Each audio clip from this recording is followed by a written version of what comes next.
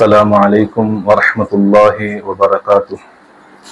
الحمد لله رب العالمين والصلاة والسلام على سيد الأنبياء والمرسلين وعلى آله وصحبه الطيبين الطاهرين. الحمد لله. الله سبحانه وتعالى இந்த உலகத்துல பல கோடி மக்கள் அல்லாஹ் படைத்திருக்கின்றான், பல கோடி ஜீவராசிகள் அல்லாஹ் படைத்திருக்கின்றான்.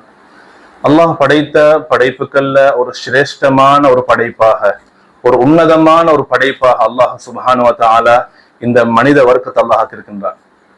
இந்த மனித வர்க்கத்திலும் அல்லாஹ் சிறந்த ஒரு படைப்பாக, முழு உலகத்துல அல்லாஹ்வினால் படைக்கப்பட்ட உருவாக்கப்பட்ட படைப்புகளை விட சிறந்த ஒரு படைப்பாக அல்லாஹ் சுப்ஹானஹு வ தஆலா மனிதர்கள்ல நபிமார்களை அல்லாஹ் ஆக்கியிருக்கின்றான். இந்த நபிமார்கள்ல சிறந்தவர்களாக அல்லாஹ் ரசூல்மார்களாக இருக்கின்றான். இந்த ரசூல்மார்களையும் அல்லாஹ் சிறந்தவர்களாக, கிட்டத்தட்ட 313 ரசூல்மார்களில் மிக சிறந்த ரசூல்மார்களாக அல்லாஹ் உலுல் அஸ்ம் என்று சொல்லக்கூடிய 5 ரசூல்மார்களை அல்லாஹ் ஆக்கியிருக்கின்றான். அந்த 5 ரசூல்மார்களையும் அல்லாஹ் சிறந்த ஒரு ரசூலாக, சிறந்த ஒரு மனிதராக, உலகத்தில உதித்த அனைத்து படைப்புகளை விடவும் சிறந்த ஒரு மனிதராக அல்லாஹ் சுப்ஹானஹு வ தஆலா எங்கள் உயிருள் மேலான கண்மணி நாயகம் முஹம்மது முஸ்தபா ஸல்லல்லாஹு அலைஹி வஸல்லம் அவர்களை அல்லாஹ் ஆக்கியிருக்கின்றார். அந்த நபிமார்கள், நபி ஸல்லல்லாஹு அலைஹி வஸல்லம் அவர்களா இருக்கலாம், ஏனைய நபிமார்களா இருக்கலாம், ஆதம் அலைஹிஸ்ஸலாம் அவர்கள் தொடக்கம் எங்களுடைய தூதர் முஹம்மது முஸ்தபா ஸல்லல்லாஹு அலைஹி வஸல்லம் அவர்கள் வரையில வந்த அனைத்து நபிமார்களும் அனைத்து ரசூல்மார்களும் அவங்களுக்கு இருக்க வேண்டிய சில குணாதிசயங்கள் இருக்கின்றன, பண்புகள் இருக்கின்றன. இந்த பண்புகளை அனைத்து முஸ்லிம்களும் கட்டாயமாக அறிந்திருக்க வேண்டும். இதை 2 வகையாக உலமாக்கள் பிரிக்கின்றார்கள். ஒன்று, நபிமார்களுக்கு கட்டாயமாக இருக்க வேண்டிய பண்புகள், இன்னும் சில பண்புகள் அது நபிமார்களுக்கு இருக்கக்கூடிய பண்புகள், ஆனால் அதனை ஒவ்வொரு முஸ்லிம்களும் அறிந்திருப்பது கடமை கிடையாது. 4 விதமான பண்புகள் இருக்கின்றன, தன்மைகள் இருக்கின்றன நபிமார்களுக்கு. இந்த தன்மைகளை அனைத்து முஸ்லிம்களும் பருவத்தை எத்திய புத்தியுள்ள அனைத்து முஸ்லிம்களும் கட்டாயமாக அறிந்திருக்க வேண்டியது. அது பெரியவர்களாக இருந்தாலும் சரி, சிறியவர்களாக இருந்தாலும் சரி, ஆண்களாக இருந்தாலும் சரி, பெண்களாக இருந்தாலும் சரி, வேறு வித்தியாசமின்றி அனைவரும் அறிந்திருக்க வேண்டும். அதில் முதலாவதாக, நபிமார்கள் அனைவரும் உண்மை பேசக்கூடியவர்களாக அல்லாஹ் ஆக்கியிருக்கின்றார். அனைத்து நபிமார்களும் உண்மை பேசக்கூடியவர்கள். அதில் எந்த ஒரு நபி கூட விளையாட்டுக்கேனும் பொய் பேசக்கூடியவர்களாக கிடையாது. அதே போன்றுதான் அனைத்து நபிமார்களும் அமானிதத்தை பேணக்கூடியவர்களாக இருந்தார்கள். அமானிதம் சொல் ரீதியாக இருக்கலாம், செயல் ரீதியாக இருக்கலாம், அவங்களுடைய வாழ்க்கை ரீதியாக இருக்கலாம். அனைத்து விடயங்களிலையும் அனைத்து நபிமார்களும் நம்பிக்கையானவர்களாக இருந்தார்கள். அதே போன்றுதான் நபிமார்கள் ஃபதானா என்று சொல்லக்கூடிய விவேகம் தன்மை கொண்டவர்களாக அல்லாஹ் இருக்கின்றார். விவேகத்தன்மை என்று சொன்னால், ஒரு விடயத்தை நபி அவர்களிடத்தில் வேண்டப்பட்டால், நபிமார்களிடத்தில் வேண்டப்பட்டால், அந்த வேண்டப்பட்ட அந்த கேள்வியை சரியாக விளங்கி அதற்கான சரியான பதிலை அவர்கள் தருவார்கள். சாதாரண மனிதர்களை பொறுத்தவரையில எல்லோருக்கும் இந்த பண்பு கிடையாது. சிலர்கள் ஒரு கேள்வியை வேண்டப்பட்டால் அந்த கேள்வியை சரியாக விளங்காத தருணங்களும் இருக்கின்றன, அல்லது அதற்கான பதிலை சரியாக மக்களுக்கு விளங்கக்கூடிய அமைப்பில் கொடுக்க முடியாத நிலைமைகளும் இருக்கின்றன. ஆனா நபிமார்கள் அவ்வாறல்ல. எல்லா கேள்விகளுக்கும் சரியான பதிலை அவர்கள் கிரகித்து அதற்கான சரியான பதில்களை என்ன செய்வார்கள்? நபி ஸல்லல்லாஹு அலைஹி வஸல்லம் ஏனைய நபிமார்கள் வழங்குவார்கள். அதே போன்று தான் நபிமார்கள் கட்டாயமாக இருக்க வேண்டிய பண்புகள் ஒன்று தான் அத்தப்லீக், எத்தி வைத்தல் என்று சொல்லக்கூடிய பண்பு. நபிமார்கள் அனைவரும் அவர்களால் வஹீயின் மூலமாக, அல்லாஹ்வின் மூலமாக, அல்லாஹ்விடமிருந்து அருளப்பட்ட அனைத்து விடயங்களையும் மக்களுக்கு கொண்டு போய் சேர்ப்பார்கள். அதில் ஒருபோதும் அவர்கள் எந்த ஒரு விடயத்தையும் அவர்கள் மறைக்க மாட்டார்கள். மேற்கூறப்பட்ட இந்த 4 பண்புகளையும் ஒவ்வொரு முஸ்லிம்களும் கட்டாயமாக அறிந்திருப்பதோடு, இந்த விடயங்கள் ஏதேனும் ஒன்றை ஒருவர் அறியாமல் இருந்தார் என்று சொன்னால் அவர் பாவியாவார்கள். அல்லாஹ் பாதுகாப்பானாக. அதே சமயத்துல இந்த 4 பண்புகள்ல ஒன்றையேனும் ஒருவர் நபிக்கு இருக்க முடியாது, அல்லது அதற்கு மாற்றமான ஒரு விடயத்தை, நபிக்கு இருக்க கூடாத ஒரு விடயத்தை ஒருவர் நம்பிக்கை கொள்வாரையானால், அல்லது கூறப்பட்ட ஏதேனும் ஒரு பண்பை அது நபிக்கு கிடையாது என்று மறுப்பாரையானால் அவர் இஸ்லாத்தை விட்டு வெளியேறி விடுவார்கள் என்பதாக அனைத்து உலமாக்களும் அறிஞர்களும் ஒன்றுபட்ட ஒரு கருத்தாக இருக்கின்றன. அல்ஹம்துலில்லாஹ். அதே சந்தர்ப்பத்துல நபி ஸல்லல்லாஹு அலைஹி வஸல்லம் அவங்களுக்கு இருக்கக்கூடிய சில குணாதிசயங்கள் இருக்கின்றன, நட்பண்புகள் இருக்கின்றன. குலுக்குகள் நற்குணங்கள் இருக்கின்றன. அல்லாஹ் குர்ஆனிலே நபி ஸல்லல்லாஹு அலைஹி வஸல்லம் அவர்களை பற்றி சொல்லும் பொழுது, நபி ஸல்லல்லாஹு அலைஹி வஸல்லம் பற்றி சொல்லும் பொழுது அல்லாஹ் கூறுகின்றான், வ இன்னக லஅலா குலுகின் அதீம். நபியே நாயகமே ஸல்லல்லாஹு அலைஹி வஸல்லம் அவர்களே, நீங்கள் அழகிய குணம் படைக்கப்பட்டவர்களாக இருக்கின்றீர்கள். அதே போன்று எங்களுக்கு தெரியும், அனஸ் இப்னு மாலிக் ரலியல்லாஹு தஆலா அன்ஹு அவர்கள் நபி ஸல்லல்லாஹு அலைஹி வஸல்லம் அவர்களுக்கு கிட்டத்தட்ட 9 வருட காலங்களாக பணிவிடை செய்து கொண்டிருந்தவர்கள். அந்த அனஸ் இப்னு மாலிக் ரலியல்லாஹு அன்ஹு அவர்கள் நபி ஸல்லல்லாஹு அலைஹி வஸல்லம் அவர்களை பற்றி சொல்லும் பொழுது, அவருடைய குணாதிசயங்களை பற்றி சொல்லும் பொழுது சொன்னார்கள், கான அஹ்ஸனன் நாஸி ஹல்கன் வ குலுகா.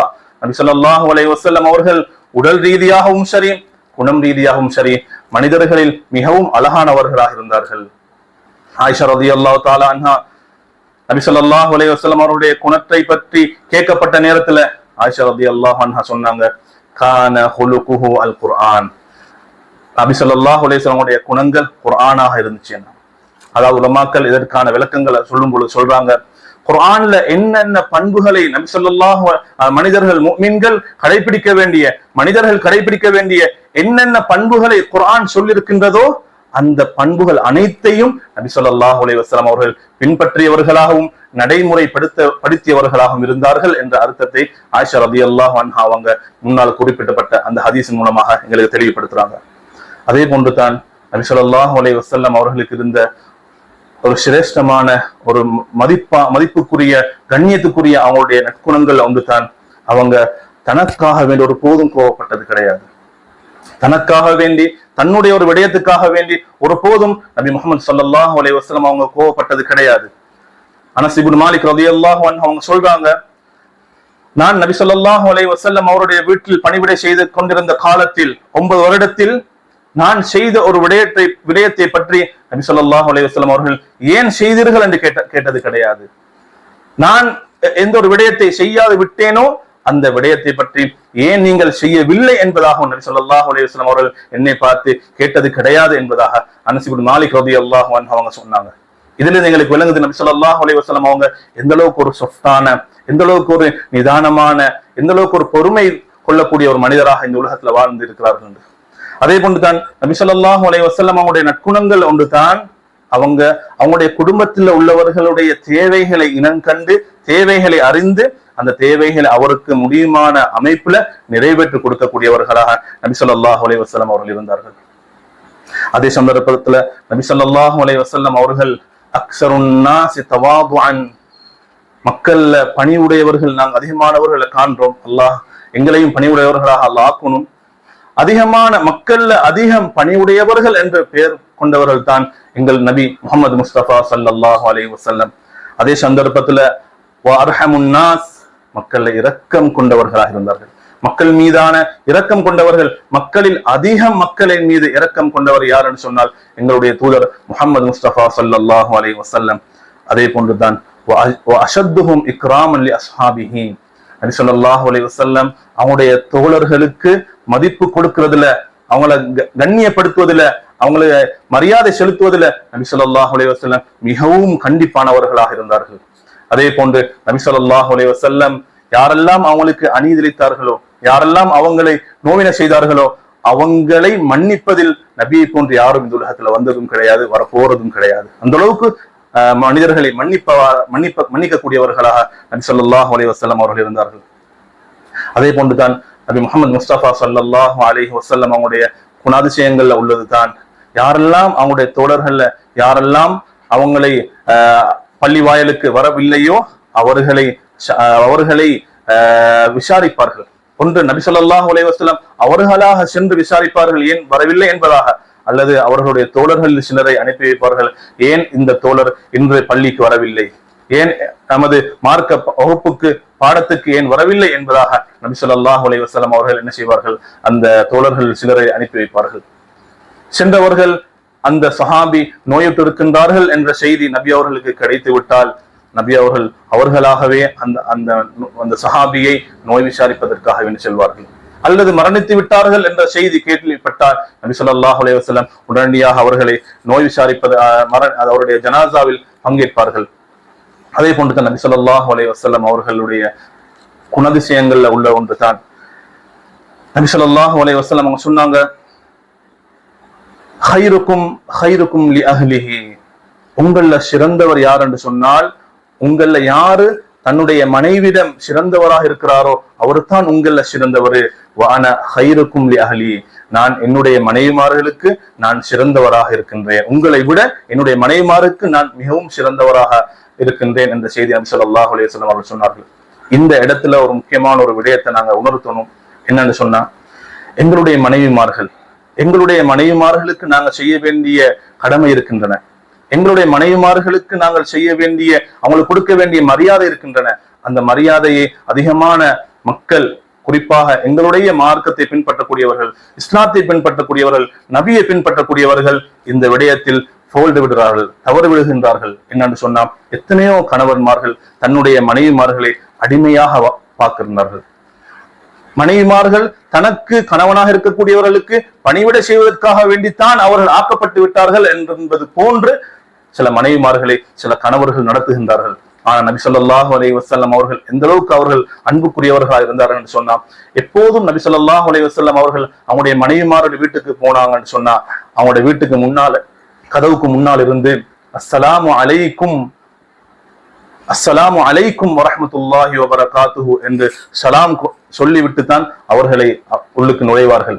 அது மட்டுமல்லாமல் நபி ஸல்லல்லாஹு அலைஹி வஸல்லம் அவர்கள் ஏதேனும் அவர்களுடைய ஆடைகள்ல கிழிந்திருந்தால் நபி ஸல்லல்லாஹு அலைஹி வஸல்லம் அவர்களாகவே அவருடைய சிறப்பு பொருந்திய, கண்ணியம் பொருந்திய கையினால் அவர்களை தேய்த்துக் கொள்ளக்கூடியவர்களாக இருந்தார்கள்.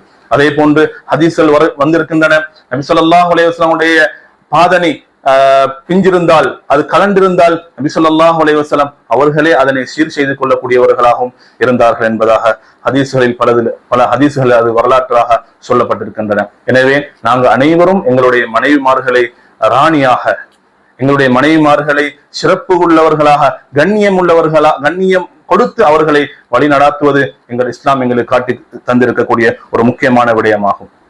அதே போன்றுதான் நபி ஸல்லல்லாஹு அலைஹி வஸல்லம் அவங்களுடைய சிறப்பு பொருந்திய அவங்களுடைய நற்குணங்கள் ஒன்று தான், நபி ஸல்லல்லாஹு அலைஹி வஸல்லம் அவங்க என்ன செய்ய மாட்டாங்க என்று சொன்னா, அவங்களுக்கு எப்பயாவது ஜகாத்துடைய சொத்துக்கள் அவங்களுக்கு அனுப்பப்பட்டன்னு சொன்னா அவங்க ஒரு போதும் அதனை எடுக்க மாட்டார்கள். ஏனென்று சொன்னால், நபிமார்கள் நபி ஸல்லல்லாஹு அலைஹி வஸல்லம் அவர்களுக்கும் அவங்களுடைய வம்சத்தை சார்ந்தவர்களுக்கும் ஜகாத்துடைய சொத்துக்களை எடுப்பது ஹராமாக்கப்பட்டிருக்கின்றன. ஆனால் ஹதியாவாக ஏதேனும் அவளுக்கு கொடுக்கப்பட்டு விட்டால் அந்த ஹதியாவை அவர்கள் கைப்பற்றுவார்கள், பெற்றுக்கொள்வார்கள். அதே சமயத்துல ஹதியா தந்தவர்களுக்கு உபகாரமாகவும் நபி ஸல்லல்லாஹு அலைஹி வஸல்லம் அவர்களை விருந்து பிரசாரம் செய்வார்கள், அவர்களை மதித்து அவர்களை கண்ணியப்படுத்தி விட்டு நபி ஸல்லல்லாஹு அலைஹி வஸல்லம் அனுப்புவார்கள். கடைசியாக ஒரு விடயத்தை மட்டும் கூறிவிட்டு நான் முடித்துக் கொள்கின்றேன்.